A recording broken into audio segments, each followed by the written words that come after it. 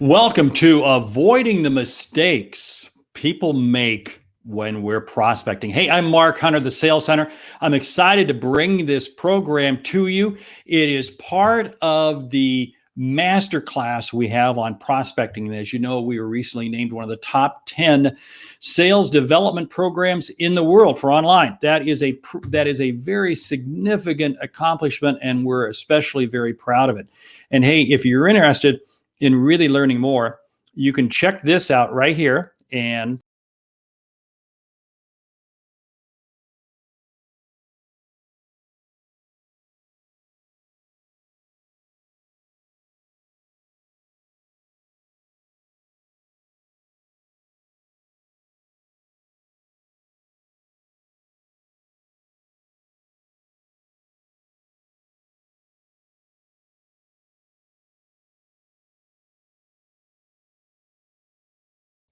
let's get into the program here. I apologize for a couple of those little glitches there.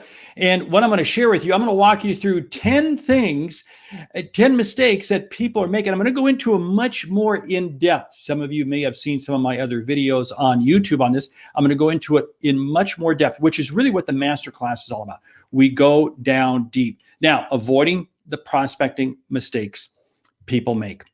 And again, I'm going to emphasize one more time, if you go to learn.thesaleshunter.com, that's the page you get to. You can scroll down, you can find the masterclass. We have it right now at a special, right now during the month of May, $59. In fact, it's the only time that individual course is offered by itself. But let's jump into it. Hey, here's a slide I talk about a lot. Are you a rain barrel or a rainmaker? I can't stress this enough. We cannot be rain barrels. The economy is picking up. There's no ifs, ands, or buts about it. But the problem is, too many times people measure their prospecting success off the quality of their rain barrel. That is a bad, bad, bad strategy. I want you to be a rain maker, not based off of anything that your rain barrel does for you. If your prospecting success is built off a rain barrel, you do not have a prospecting plan. Let's walk through the 10 things right now. 1, failing to execute a plan. This is without a doubt the number one piece. And there's 5 components to when we say failing to execute a prospecting plan. Fail. 1 is timing. The timing. Now, what do we mean by timing? Timing is both when you do it and the repetition. This is absolutely fatal. I'm going to jump into this. I'm going to be talking more about this. But you can't start what you don't start what you can't finish. I see this happening way too often, way too many times. The timing is absolutely critical. And this means you need to be lining things up to when the customer is ready to buy, et cetera, et cetera. And again, we'll talk more about this. Second piece is the message. What is the message you're sending out? What is it? Is it about you, or is it really truly about helping the customer? And again, this is where too many salespeople make the big mistake. They create these prospecting messages that are really all about how great they are. Big, fat mistake. Number 3 there is POE. What's POE? Point of entry. Point of entry is both the person and the message and what you're selling. Whoa, back up. Isn't that what you just talked about? No, the person. In other words, what is the level of person you're prospecting? 2, what is the message you're saying? And 3, what is it that you're actually selling? You see, it's putting the point of entry package together, because what you want to do is you want to make it very easy for your customers, your prospects, to do business with you. See, the strategy I very much subscribe to when it comes to prospecting is land and expand. In other words, what I want to do is I want to land the sale and I want to expand it. Well, in order for me to do that, I have to make the POE as simple as possible. Number 4 is ICP, ideal customer profile. Now, Mark, you said earlier, POE, the second piece was, the position. Well, yeah, it is. But ICP is much tighter than that. ICP is down to specific industry, specific maybe geographic area, the outcomes they're going to get, all these things. They're actually, we're going to create an ICP masterclass, probably be out in July or August, but around this key critical component, because you got to get absolutely tight. And the last one is the CTA. The CTA is not, hey, hope you reach back out to me, or catch me on this webinar, or do this or do that. No. CTA is a very deliberate call to action. If you don't have these 5 components in place in your prospecting plan, you will fail. I guarantee it. Well, you may be successful, but it's only because of the rain barrel. It's not because you're a rainmaker. Number 2, repeating the same message. This has happened to me already 3 times today. 3 times today, I have received from salespeople trying to sell me something the exact same message multiple times. The exact same message. You see, if you send me a message and I don't respond to it, it's because it sucked. It sucked. I'm just calling it out what it is. It just plain sucks. You see, that's not going to help anybody. You see, I have to be able to create different value statements each time. My emails have to be different. My messages. Now, they can have the same theme. I get that. But I got to be wording them different. They got to be set up different. Because otherwise, all I'm doing is I'm trying to say, would you hurry up and buy for me? Would you hurry up and buy for me? Would you hurry up and buy for me? That's not going to help. That's not going to help anybody. That is not going to help anybody at all. Yeah. Now, if you stop and think about this for a moment, you have to be willing to take the time to craft the right message. Hey, thank you so much for the comments that are already starting to come in. I'm just getting a couple of them up here on the screen. Thank you so much. But let's jump to number 3. Number 3 here is not using the telephone.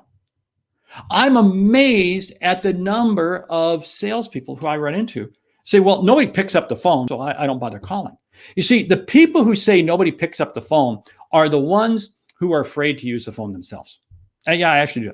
I get a tremendous amount of phone calls. Sure, I get voicemail a lot. I get voicemails a lot. But I also get a lot of real life people. And they turn into great conversations. You see, I can send out 100 emails. And I can make 10, 15 phone calls. Now, if I make 10, 15 phone calls, I'm probably going to have a conversation or two. I guarantee it that single conversation or 2 conversations are going to be probably much more rewarding than me sending out 100 emails. Prospecting must include the use of the telephone. It has to be built into your cadence. So when we talk about that first one in terms of failing to execute a plan, your timing has to include, where do my phone calls fit in? What is my sequencing between email and telephone and social media? What am I seeing? I've got to make sure that I build each of those components into it. Because if I don't, you know what happens right there? I wind up falling down because I'm relying on a single media. And here's what I'm going to tell you right now. Whatever you think is your preferred medium, your preferred communication method, and we all do. We all have a preferred communication method, is not necessarily going to be the preferred communication method of your prospect. You see, as a salesperson, that means you have to be able to work on every platform possible, using every form of communication. Number 4, follow through, follow up. Now, what's the difference between follow through and follow up? Let's break this down. Follow through is saying what you say you're going to do. I was talking to a prospect on Friday of last week, and I made the comment that I would follow up with them. And I made sure I followed up with them that afternoon because I didn't give them a time. I just said, I'm going to make sure I follow up with you. I made sure that I followed up with them, which in turn has led to another meeting here this week. On Monday, I had another conversation with another prospect. And I shared with them, I said, by Wednesday, I'm going to have a plan back to you with some more thoughts and some more ideas. And we'll get a follow-up. I said, great. I made sure I sent that Tuesday night. Now, I'm not sure if that person actually read it Tuesday night or Wednesday morning, but I sent it ahead of time. You see, follow through means doing what you say you're going to do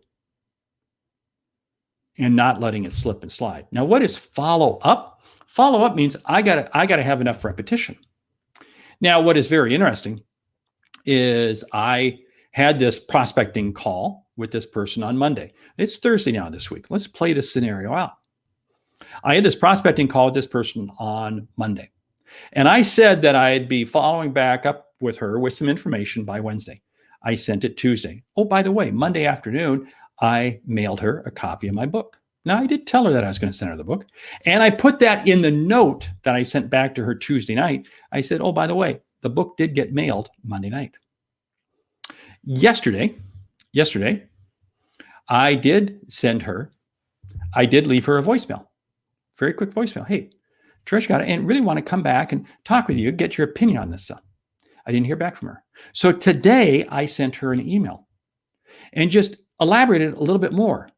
You see, each message I'm delivering is different, but I'm both following through and I'm following up in a very tight time frame. This, again, is one of the big things that salespeople fall down on.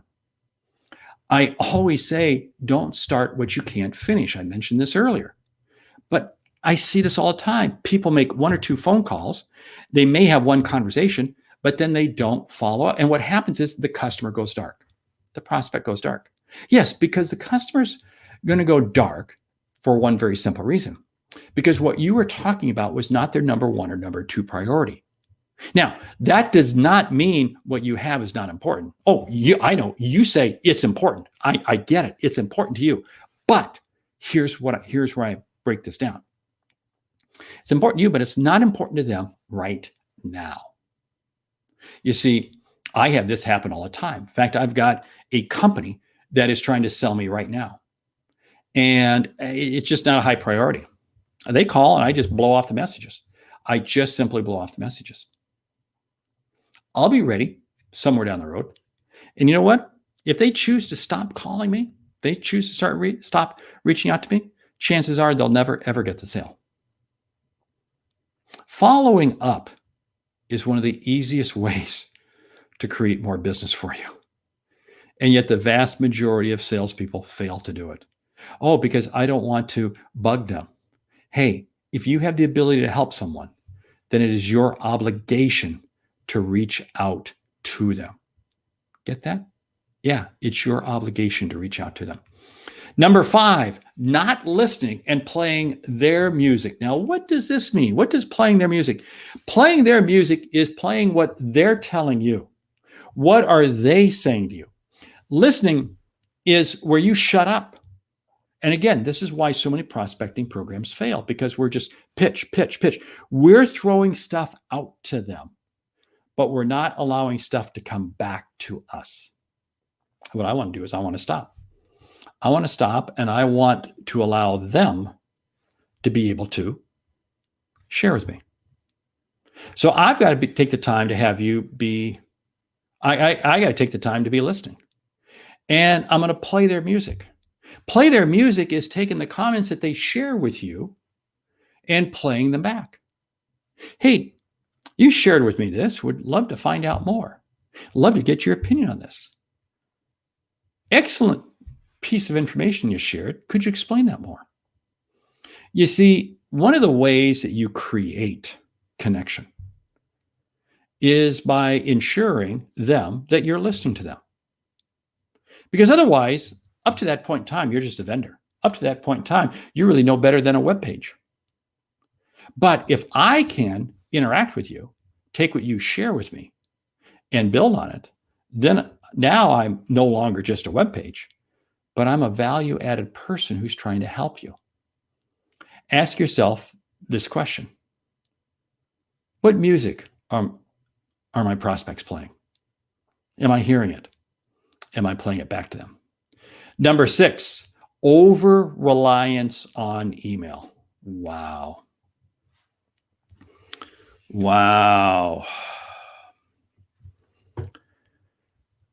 I see far too many salespeople. What they do is they do nothing but throw out email after email after email after email. They feel, you know what?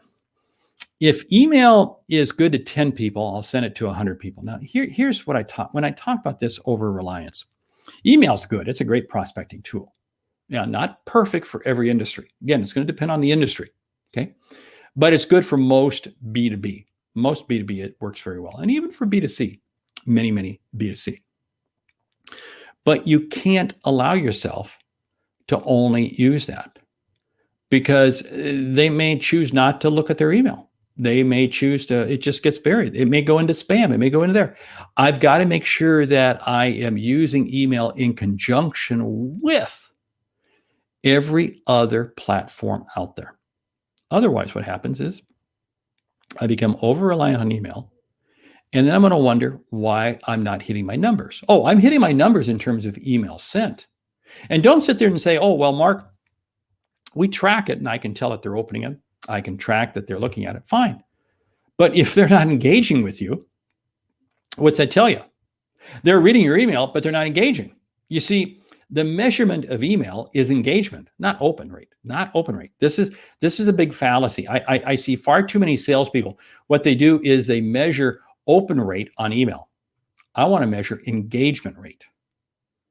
What's the percent of them getting back to you? What's the percent following up with you? What's the percent? That's the number I'm concerned with. I'm going to do a little bit of a rant here, and this is a real key issue. People get hung up on thinking that prospecting is a series of activities, and that's where their focus is. Their focus needs to be on activities. My focus needs to be on sending out emails. No, your focus is on creating customer outcomes. That's your focus.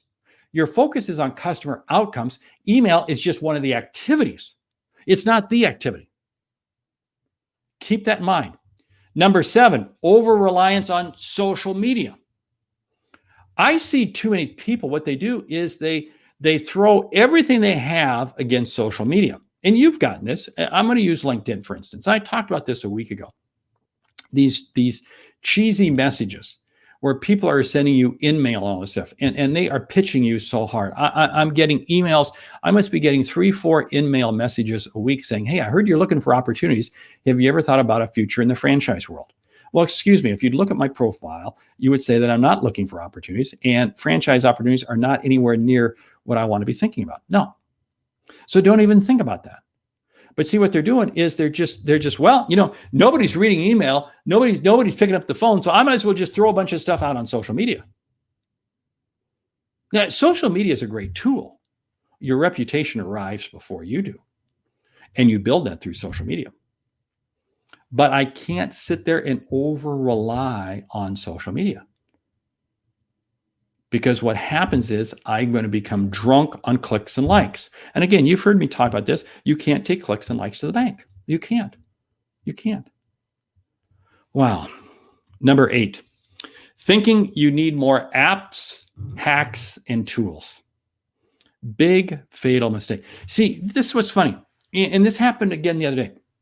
I had a person call me and they say, well, Mark, I'd be successful, but my company isn't willing to invest in these various tools.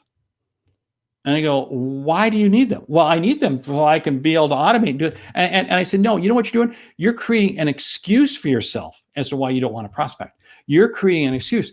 See, here's what I find about apps, hacks, and tools is that you become beholden to the tool. You literally become beholden to the tool. And you can't allow yourself to become beholden to the tool. It's your job to use, the tools are there for you to do your job. The tools are not there for you to help them do their job. And that's a mindset shift. I look at some of the most successful salespeople out there. They have a very skinny sales tech stack, very skinny. They have a CRM system, and they may have one tool that's going to help them get the right information, maybe a Zoom info or something like that. That's it. They keep it very, very simple. Because what I see too many people do is they say, well, if one tool helped me do this, let me get a second one, let me get a third one, and what happens is you become addicted to the next shiny object. And all that's doing is it's delaying you from doing what you're supposed to be doing.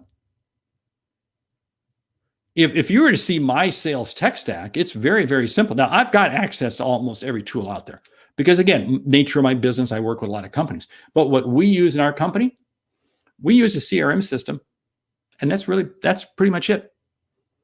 We occasionally use some search databases and so forth, but no, not a lot. We don't get hung up on that. You see, the key is you have to keep your prospecting system simple enough that you can use it. I'm coaching several salespeople right now, and they sell fairly high-end items. And they've asked me what kind of CRM system should they have. And I said, well, until the size of your prospecting list gets to X, your customer list gets to Y, you don't need a CRM system. One person's actually using Outlook very, very effectively. And this person is in the mid six figures. Yeah. Now, there are other people who say, no, I've got to be able to contact hundreds and hundreds and hundreds of people. So yeah, then I've got to have a CRM system. And I may have to have some other tools in there.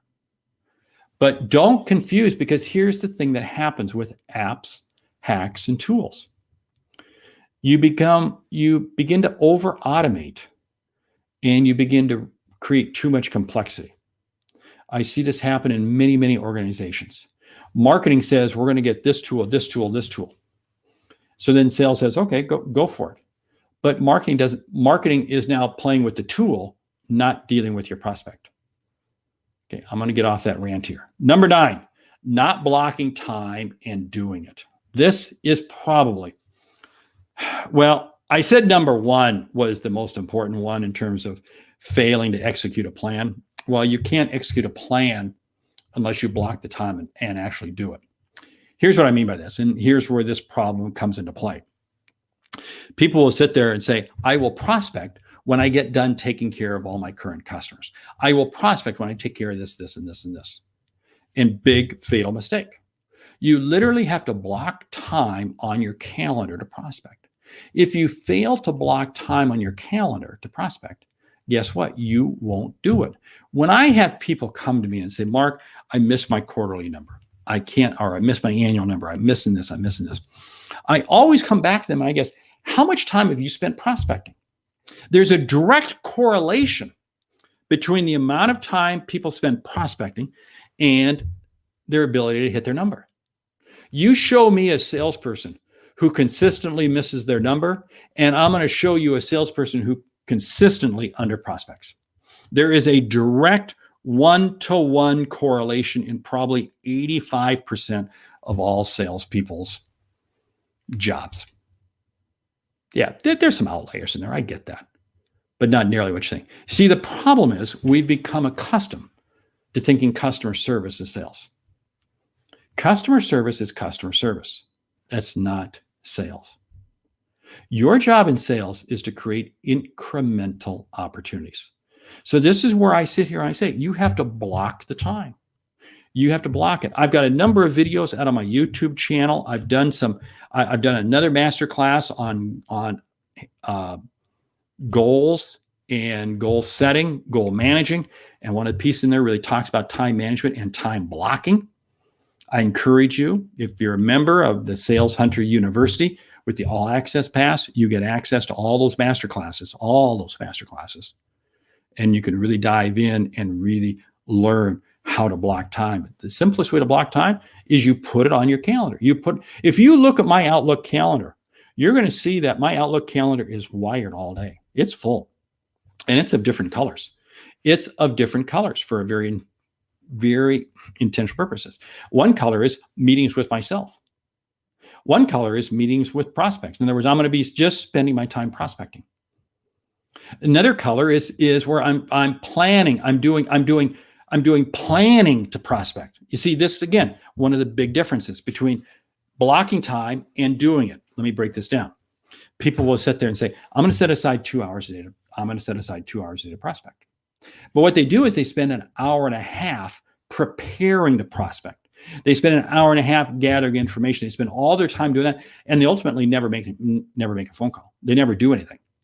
You see, your prospects didn't wake up this morning thinking about you.